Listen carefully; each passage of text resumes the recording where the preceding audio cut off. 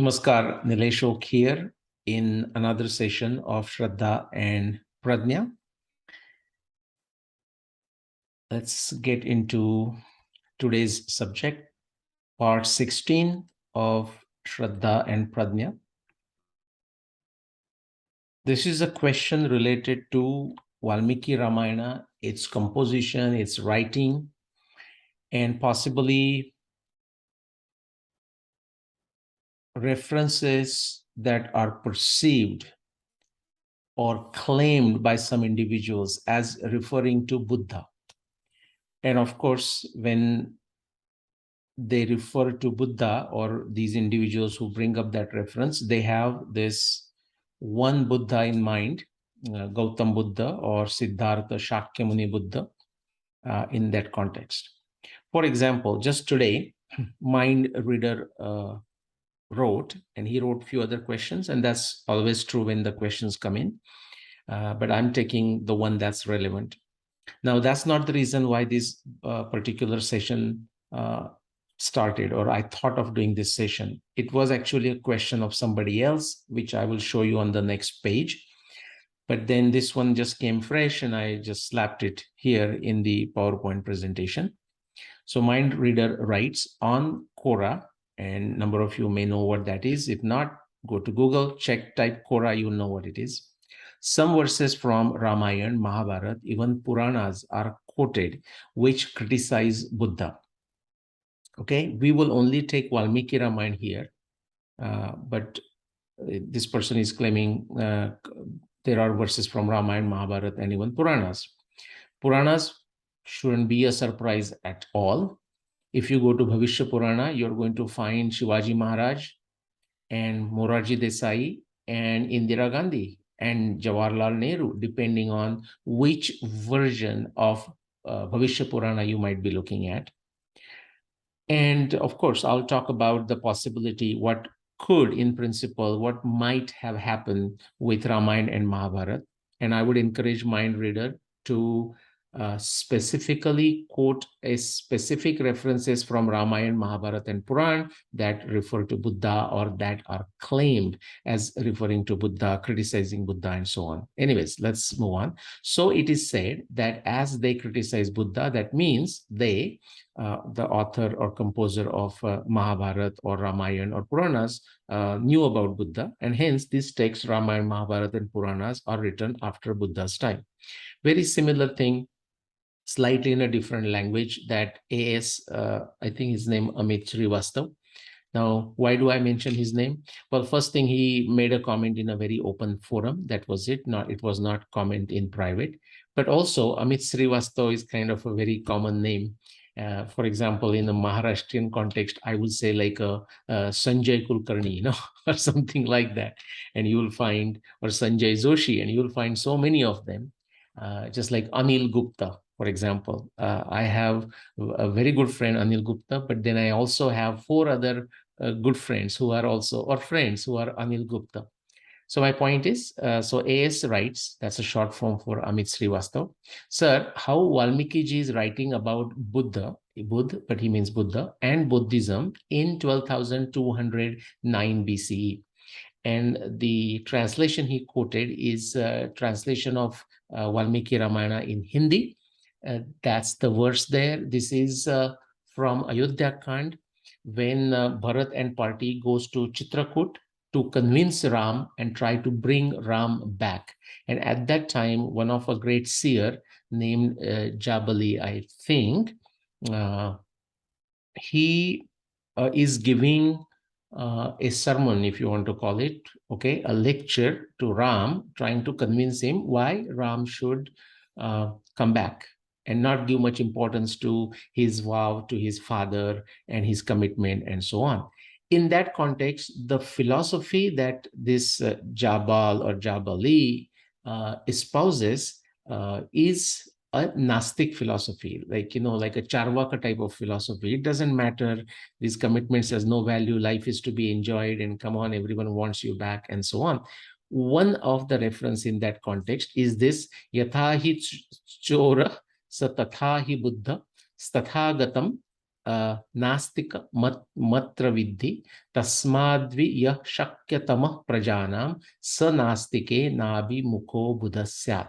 Okay, so we have Buddha, Buddha, also another word Nastik, one more word that is in some sense used in the context of a Buddha, is by the followers of Gautam Buddha, I'm referring here, is Tathagata. So almost like, there is that whole nice thing that can be easily interpreted as referring to Gautam Buddha, Shakyamuni Buddha, Siddhartha Gautam Buddha, etc. Okay, and let's look at the quick translation. Hindi translation, जैसे चोर दंडनीय होता है उसी प्रकार बुद्ध वेद विरोधी, in the parenthesis Buddha और into parenthesis बौद्ध मतावलंबी भी दंडनीय है। तथागत नास्तिक विशेष और नास्तिक चारवाक कोई भी यहाँ इस कोटि में समझना चाहिए। So the translator is giving some elaboration. इसलिए प्रजा पर अनुग्रह करने के लिए राजा द्वारा जिस नास्तिक को दंड दिलाया जा सके उसे तो चोर के समान दंड दिलाया ही जाए, परंतु जो वश के बाहर हो उस नास्तिक के प्रति विद्वान ब्राह्मण कभी उन्मुख न हो, उसके वार्तालाप तक न करे। Okay, you can read this, you can pause it and read the translation multiple times. The point being, the Buddha here, and the translator in parentheses is saying, hey, that refers to the Bauddha Mata, which means like referring to Gautam Buddha Mata and so on. Nastik is also translating as a Charvak. And now the question comes, of course, there's a Charvak in Ramayana. The Charvak is a philosophy. We actually don't know who that original Charvak was or what was his time and so on. But Buddha, because it is translated, so the translator is doing it. Now, what could be the reason for this? Well, simple answer. Let me start with this, and this is very important. This is a very fearless but humble position. It's a very scientific position, very logical position, is to say, I don't know. We don't know. Now, once we establish that, hey, why is that? And why is the Buddha mentioned? Well, I don't know, or we don't know. After we say that, now we can start discussing this, okay? Because when I say I don't know, that's a fact.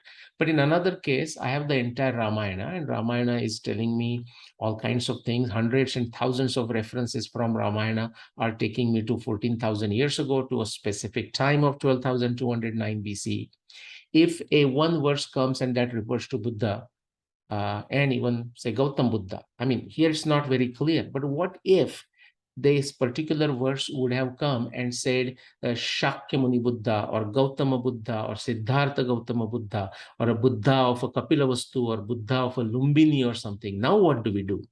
I mean, here somebody might just play around and says that Buddha is a general word, it's a Sanskrit word, might have referred to somebody else. Now that we have a context of a Buddha as Gautam Buddha, and to think of Gautam Buddha as a Nastik is actually a problematic, but that will be another subject. I don't want to go there. Okay, so what could be possibilities? Well, here are some of the possibilities. Okay, what could have happened? I just want to make sure that I have not necessarily said that I have accepted that Buddha is a Gautam Buddha. The only thing we have is a Buddha is the word. Translator has interpreted that to mean referring to the Gautam Buddha, Buddha Mata. Nastik word also exists, and Tathagata also word exists, which is Tathagata is used as referring to Buddha. Many people would know this. If you don't know it, then you need to study Buddhism to convince yourself that Tathagata is the word used in the context of Gautam Buddha. Okay. Now, Buddhism is just like we have a Sadguru today, Sri Sri Ravi Shankar, or if we look at different sampradaya like Ramanujacharya and Madhvacharya and Shankaracharya, okay, and many other sampradaya. Think of Sikhism in the modern times or Jainism. Think of the Buddhism as just another offshoot of Hinduism. Now, some people will have a problem with that. Well, tough luck. That is your problem. You need to start studying Hinduism. You need to start studying Buddhism. You need to start Dhammapad. You start studying Dhammapad, all the Buddhist literature. You will understand there is a particular point of view, just like Shankaracharya also had a point of view into his Kevala Advaita, and Ramanujacharya had a point of view in his Vishishta Advaita. Madhvacharya had a point of view in his Dvaita, Advaita, not Advaita, Dvaita Vedanta, we can say. and say like just like six darshanas, if not understood properly, instead of thinking of them as a complementary, you can think of them as opposing each other. There can be many such issues. For example, if in a theistic framework, if the discussion of Atma happens, but guess what? At the end of the day, even in Bhagavad Gita, when the Atma is being discussed and its attributes are mentioned, but then it gets into that neti neti. Okay, for example, that it cannot be burned by fire, it cannot be moistened by water, it cannot be moved or whatever by wind and so on, which is to say it is described in the form what it is not. Now, Buddhism will use the word shunya, or it can be seen as a shunya vada.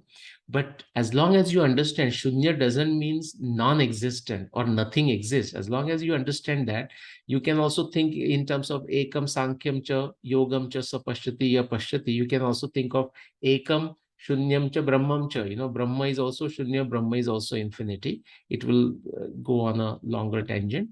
But so I have not said that Buddha necessarily refers to Gautam Buddha, but the translator thinks. That's why in parentheses, the translator has said Buddha Matavadi and then Nastik and so on. There is a good reason for somebody to ask this question, could this be Gautam Buddha? For a simple reason, there is a word Buddha, there is a word Nastik, and there is a word Tathagat. So there is a legitimate reason to question this. But that's why I already gave one answer, which is to say, hey, I don't know. And to me, it doesn't matter. Now, somebody will say, how come it doesn't matter to you? The answers are on this page. But something more. I have looked at the entire Valmiki Ramayana and a significant portion of it, and by luck, I could objectively test it. It has taken me to 12,209 BCE. There are other literature. Ramayana is referred to in a Mahabharata. Mahabharata is not referred to in Ramayana. I have determined the timing of Mahabharata is 5561 BCE. I have determined the timing of Ramayana as 12,209 BCE. Nobody to this day has claimed Buddha anytime before, say, 2000 BCE. Now, the timing of Buddha is claimed anywhere from 500 BCE to about 1800, 1900 BCE. I have heard some Buddhism expert saying actually it can go beyond 1800 or 1900 BCE. In any of these cases, as it relates to dating of Buddha, I have not seen any empirical, objectively testable, validated evidence and multiple evidence, at least some more than one piece of evidence that can allow us to triangulate either for 500 BC or for 1800 BC, 1900 BC. So I don't know what to comment on this. You have to go and ask these people who comment on the timing of Buddha, including those who say the Buddha could go before 2000 BC. I have no comment, but that doesn't matter. But if we take that as a time, let's say 2000 BC or after, then definitely this reference doesn't make sense. I mean, doesn't make sense in the sense of Valmiki writing it. Or if it is in Mahabharata, then Vyasadeva, the author of Mahabharata, writing it. So what could be it? Well, first, as a very simplistic one, we can say Valmiki and Ramayana were after Buddha.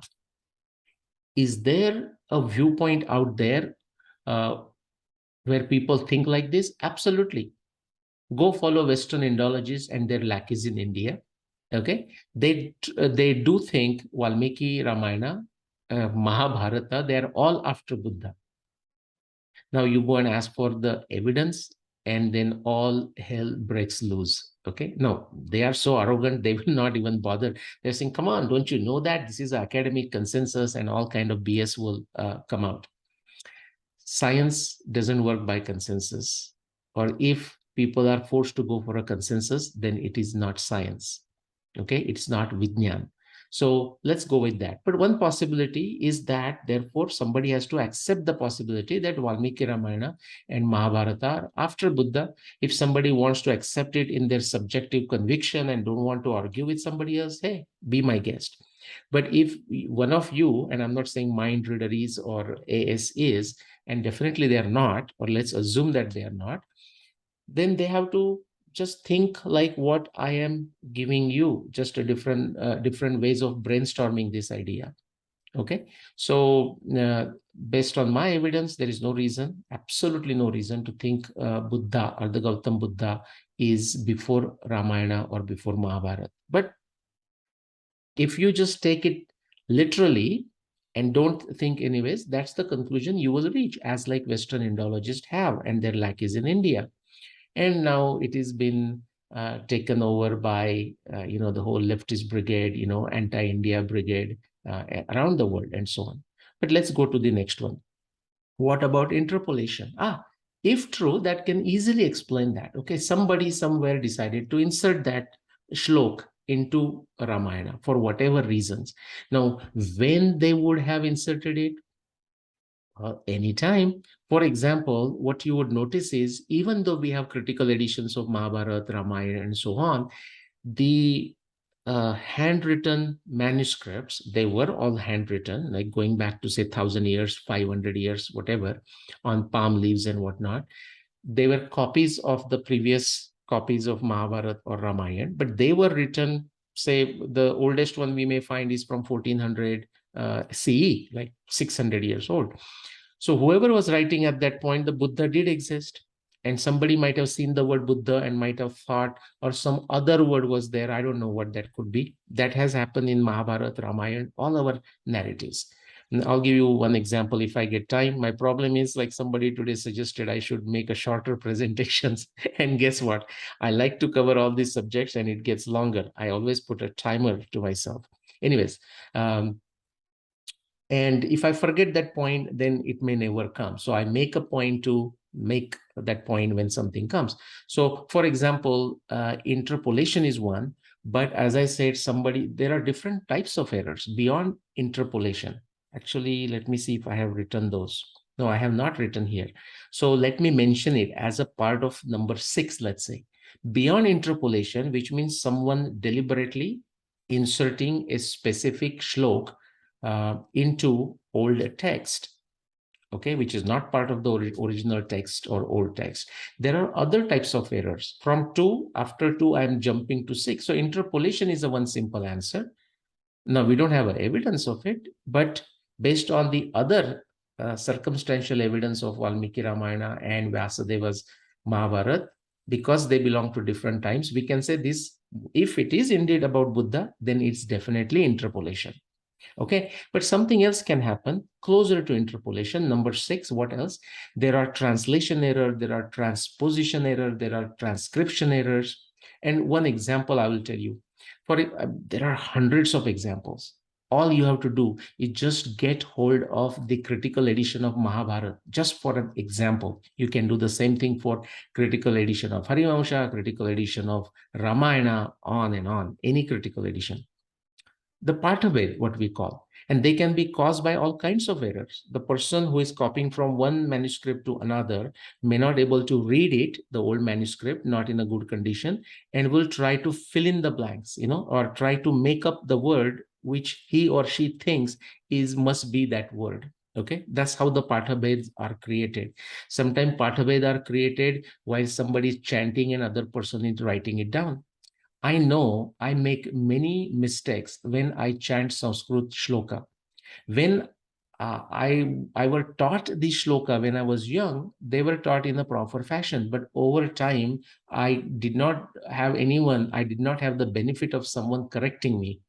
When I was chanting or chanting to myself, or the other person also wasn't sure whether what I'm chanting is correct or not. So that introduces part of it. That's how they also get copied and they come.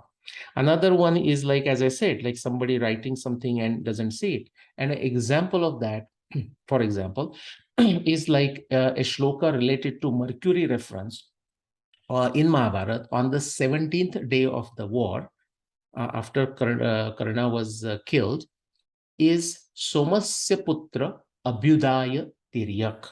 Somasya Putra Abhyudaya Tiryak. Vruddhi, coming up or something. And Somasya Putra. Now, who is Somasya Putra?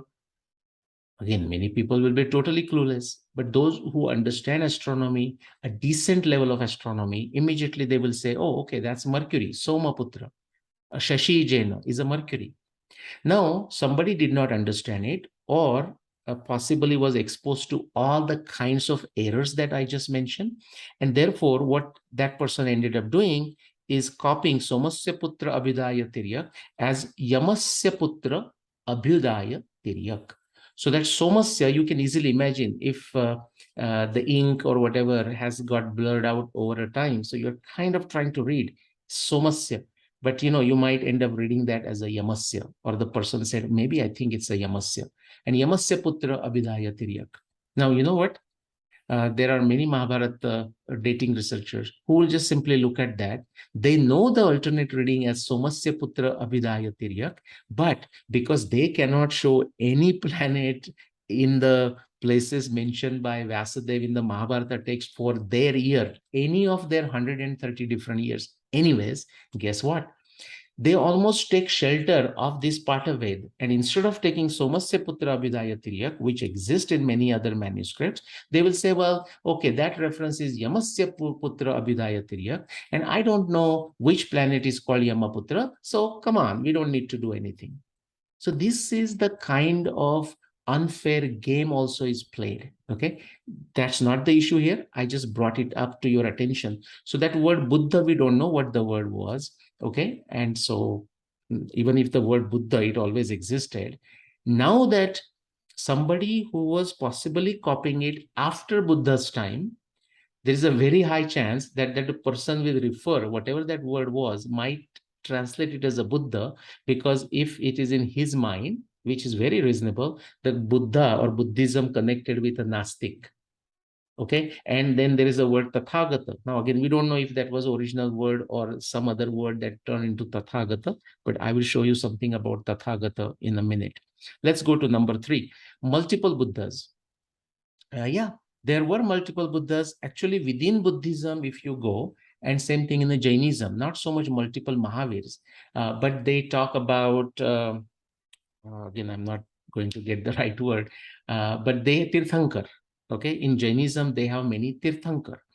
And who are these Tirthankar? You'll be surprised to know that these are the names that you actually find in the Puranas. You will find these Puranas in the Ikshvaku dynasty. Not all, but many of the Tirthankars are from Ikshvaku dynasty, or the names are similar to Ikshvaku dynasty. Okay. And if you look at their charitra, that as it appears in the Puranas and so, you can figure it out that they were detached. And therefore, I'm just speculating, therefore, Jainism might have accepted them into their pantheon, I don't know if I'm using the right word, into their fold, and called them Tirthankaras. Okay, I mean, I think they call Krishna as a Tirthankar too.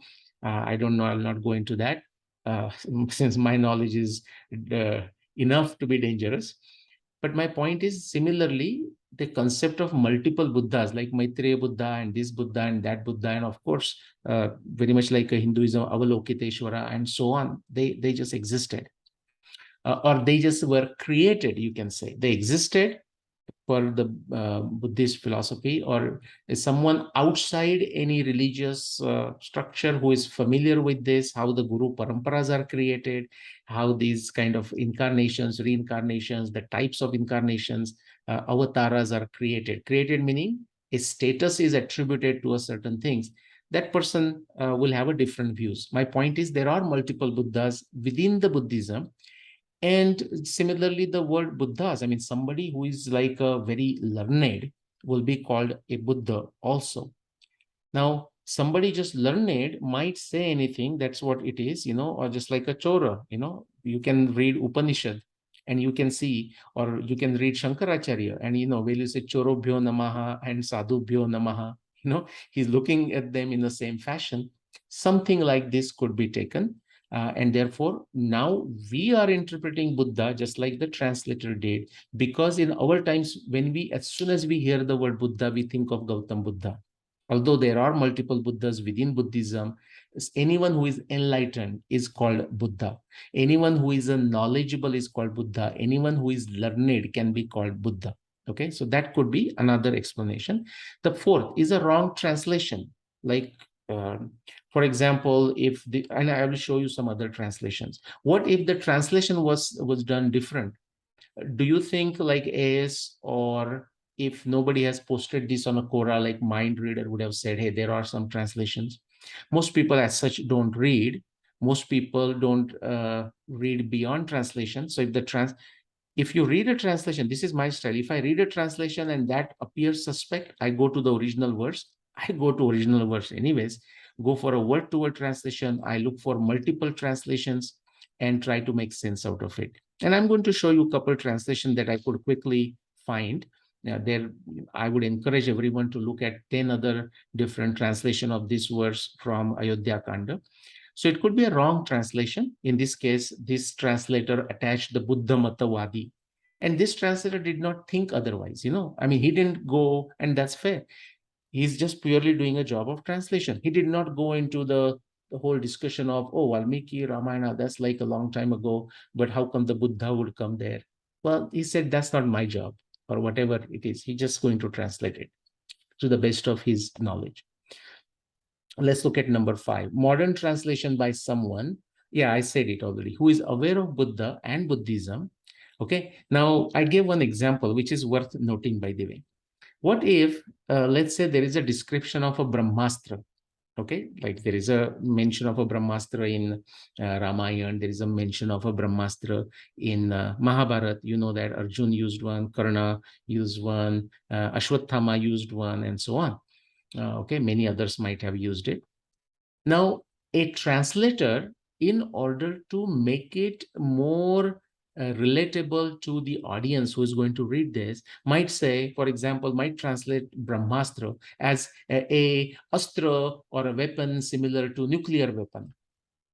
Now, my point is, the person who is translating it as a nuclear weapon, Brahmastra as a nuclear weapon, guess what? That person could have only done this in the last 100 years, last 150 years, maybe last maximum 200 years. Let's say after radioactivity was discovered and so on and so forth, or E equal to mc square.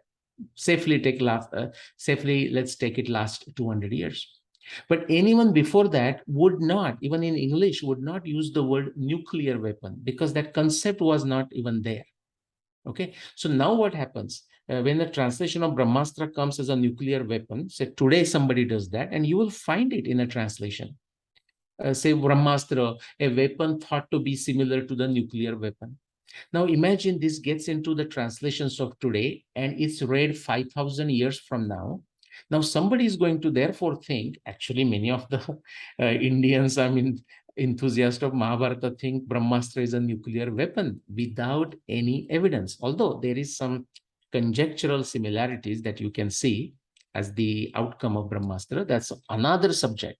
And that's how my time gets bigger, longer, guys. So yes, I have decided, therefore, not to focus on the amount of time. Definitely, I can assure you, my objective is not to deliberately extend and somehow turn this into 30 minutes, 40 minutes, 1 hour, 90 minutes. No, that's not the objective. If I could do it, and I'm not there, I'm not good at doing this.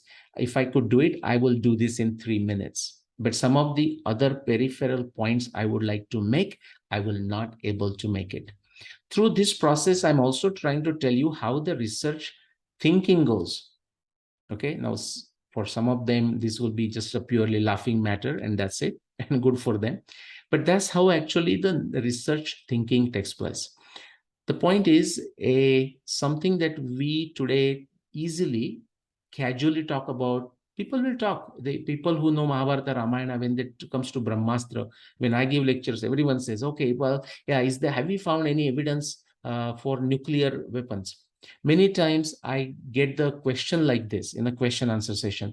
See, since the Brahmastra is a mention, and that is, everyone knows that it's a nuclear weapon. So have we found any radioactivity at Kurukshetra? Oh boy, hold on. That's loaded question. You are already assuming Brahmastra equal to nuclear weapon. The reason I'm giving this example to show the similarity with, as soon as somebody sees the word Buddha, people may jump that it is nothing but Gautam Buddha or Siddhartha Buddha. And therefore, now we are on a downhill journey. So that's a possibility. I showed other errors. Let's go quickly. Let's look at a couple of translations. So this is, I don't have an exact reference who from. I just quickly pulled wherever I could see it in like last 15 minutes. So same verse, but now look at the translation. And this translator, what he has done. राजा को चाहिए कि प्रजा की भलाई के लिए ऐसे मनुष्य को वही दंड दे जो चोर को दिया जाता है. Now, if you look at this, in this whole case, there is that Buddha is not per se translated as an individual. Okay.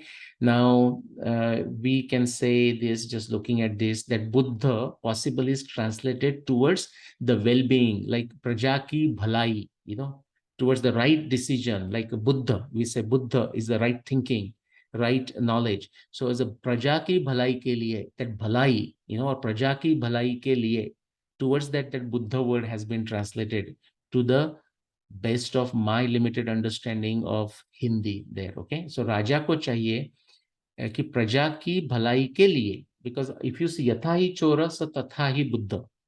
I am not commenting whether that is a correct translation or not, but another translator has translated like this. He has not translated, at least he has not translated Buddha as a Gautam Buddha. Then Tathagatam Nastika Mantra Vidhi Tasmadvi Yah Shakyatama Prajanam Na etc. Buddha Syat. Let's go. और जो इनको दंड देने में असमर्थ हो उन समझदारों या विद्वानों को, that is that Buddha word used again, just like प्रजा की भलाई before for that Buddha, को ऐसे नास्तिकों से बातचीत भी करनी नहीं चाहिए. The word नास्तिक is there. Okay, now you can go back to Valmiki Ramayana and read this verse, read the context, okay, and see the translation. I'll give you the context in another translation. This translation is in Marathi, that is done by Padma Bhushan Vedamurti, Satavalekarji, okay. And by the way, I'm just saying these titles of his because I could just remember them. It is not said in the context of creating him as some authority and therefore you should accept it. Nothing like that. In fact, he is actually using the word Bauddha Matanuyai. Okay, so just like that first translator. Quickly, this is the verses here, and where the verse appears in the Valmiki Ramayana, who is saying it? It is Bhagwan Ram saying it to Jabali, responding. So I'm going to read that in the Marathi quickly. नास्तिका सारखे भाषण करणाऱ्या जाबालीचे ते भाषण ऐकून ते सहन न झाल्यामुळे तो उग्र तेजस्वी राजकुमार रामाने त्याच्या भाषणाचे पुन्हा खंडन सुरू केले. So Rama is doing khandan of what Jabali said. Rama is saying Satya Dharma, so that you can see here verse number 31. Satyam cha dharmam cha parakramam cha. सत्य धर्म पराक्रम भूतदया गोडवाणी आणि ब्राह्मण देव व अतिथी यांचे पूजन यांना ज्या अर्थी संतांनी स्वर्ग साधन म्हटले आहे व ज्या अर्थी त्या संतांच्या वरूनच याप्रमाणे मुख्य फलदायी धर्म कोणता तो योग्य रीतीने जाणून घेऊन व त्याचा निर्णय करून लक्षपूर्वक त्या धर्माचे यथाविधी पूर्णपणे आचरण करणारे ज्ञानी उत्तम लोक प्राप्त होण्याची इच्छा करतात. Together they have done added one. So he is saying all that dharma is given, that is for a purpose. Yeah, there is something that you achieve through it. त्या अर्थी अत्यंत नास्तिक, extremely नास्तिक, धर्म मार्ग विरुद्ध, वेद विरुद्ध. Now, sometimes a learned person can be seen as a Veda Viruddha too, by the way, but I'm not doing that. He says Veda Viruddha asleल्या बुद्धीने युक्त. That is the translation of possibly the first one. आणि अशा प्रकारचे मत स्वीकारून लोकनाशाकरिता पृथ्वीवर हिंडणाऱ्या आपणाला याजक म्हणून माझ्या पित्याने स्वीकारलेल्या Tathagata can be translated as like the person who is roaming around, although it has many different meanings. Okay, so हे म्हणून माझ्या पित्याने स्वीकारले हे मी आपल्या पित्याचे कृत्य अगदी अयोग्य समजतो. ओके, ज्याप्रमाणे चोर त्याचप्रमाणे बौद्ध मतानुयायी समजावा. Okay, the thief is to be seen like a, now here Satavalekarji is translating Bauddha Matanuyai, like a person following Bauddha Dharma or something like this. So he's also translating like a Gautam Buddha. And Tathagat नावाचा नास्तिक हाही तसाच समजावा. Now here Tathagat he has used in a certain slightly different fashion, etc. Okay, somewhat similar translation to the very first one. Okay, what are we going to do with this? Like as I said, today try to explain something, the Jabali's philosophy, somebody may even make use of the example of Gautam Buddha, or may make use example of, say, Christopher Hitchens. Okay, he's known as an atheist, or some other famous atheist. Many of our leftists at least pretend to be atheist. They do the puja at home and everything, but outside they will pretend to be atheist for votes and whatnot. Okay, there are many examples in Bengal and also in the Maharashtra, by the way. So could be, so to explain that, explain that, we may use, just like I examples, two examples right now, somebody may use example of a Buddha, like a Buddha, or like Buddhist people, some of them consider themselves Nastic and so on. So today, to explain the point, somebody may also use it. Okay, so that's possible. It can be interpolation, it can be any of those. And quickly, so the word Tathagata, like I remember another time somebody saying, but the Tathagata is always used only in the case of a Buddha. Absolutely wrong. It is used in case of a Buddha, but guess what? The word exists. It is a Sanskrit word, by the way. Okay. And those people who are curious should read Dhammapada, which is written in Pali. If you are good at Sanskrit, and if you start reading Dhammapada, or even somebody good at Marathi and Sanskrit, start reading Dhammapada, you understand everything without knowing Pali. And you realize it is like a Sanskrit word, like Adhishtan will become Adithan. Okay, so like Pradnya will become Pragya, something like this. Or Dhyana becomes like a Zena. That Zen of Japanese, has become Zen right at Buddha's time in Pali. Please go and read Dhammapad. My point is, the word Tathagat exists. I was trying to look for it. Of course, you saw that in the Valmiki Ramayana itself, but I'm showing you at least two instances. There are many more. Go search for them. Here in Shanti Parva, you can see the word Tathagato here, or here another chapter, Tathagatam. So it's not like the word started with the Buddhism, not correct. It may have a different meaning. Go look at the translations. Yeah, and over time, the meaning also can evolve. Something else quickly.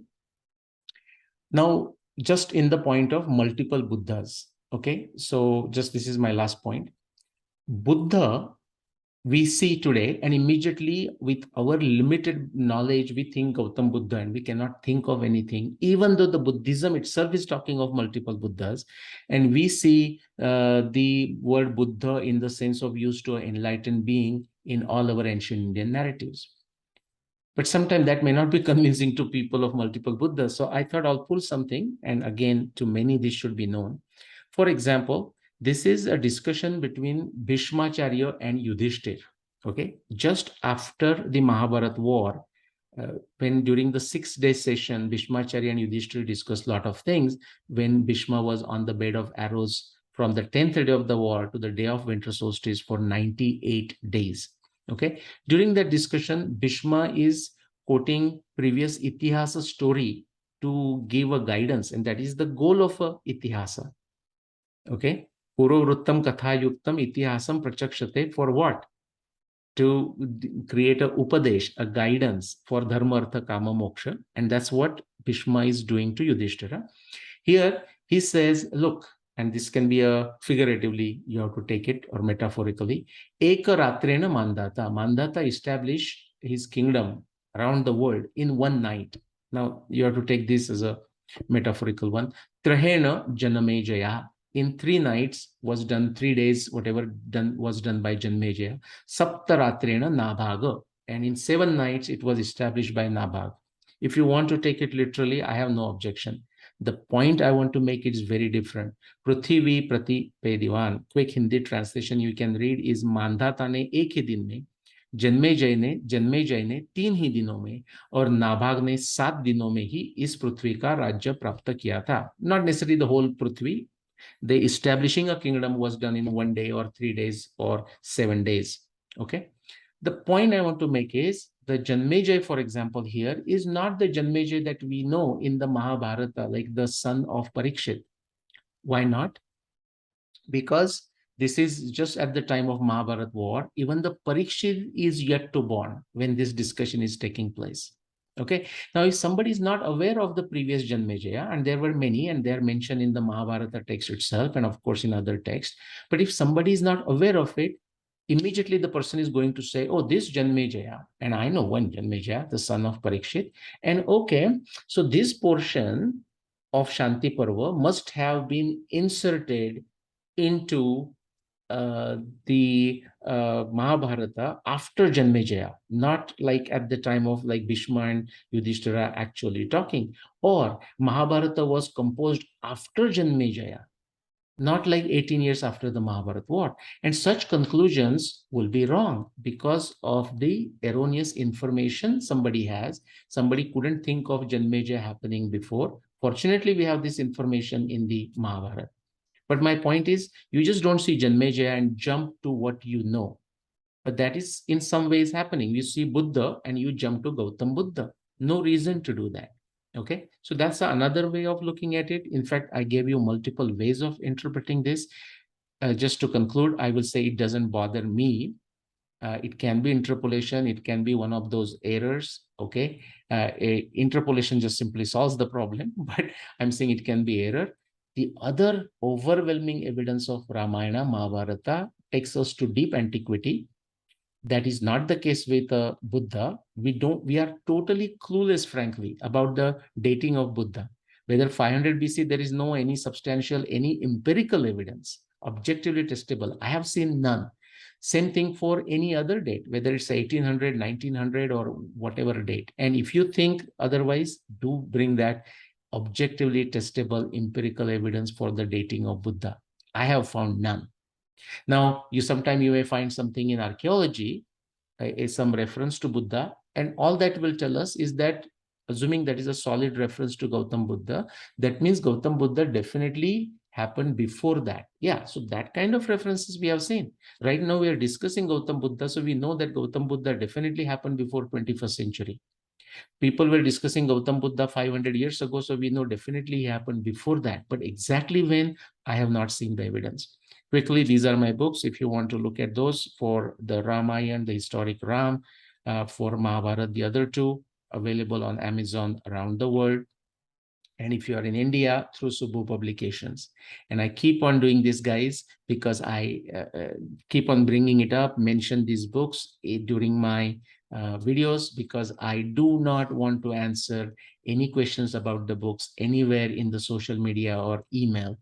Any other I don't want to answer question about their translation. So if these books are translated and they're ready, I will be mentioning them here through my videos. With that, I will stop. Actually, that was another 42-minute long videos. But guess what, guys? You can watch this in batches. You can watch this in fast forward, sort of increase the speed. Or, if you think this is boring and not useful to you, then you may not watch it, because YouTube is filled with all kinds of videos and everyone has a choice to decide what they would like to watch. If you did like this video, then do share with your friends, subscribe. I get so bored, I don't want to say, but all my well-wishers say, Nilesh, you have to keep on saying it, because otherwise people don't get it. Click on that subscribe one, click on the remind me, or that bell icon. I don't know exactly what that bell icon does, but share with your friends, share with your family members. Share what you have found, this newfound knowledge, if you found this interesting, with your friends, with your colleagues, and so on. All right, namaskar. I'll see you soon in another episode of Shraddha and Pradnya.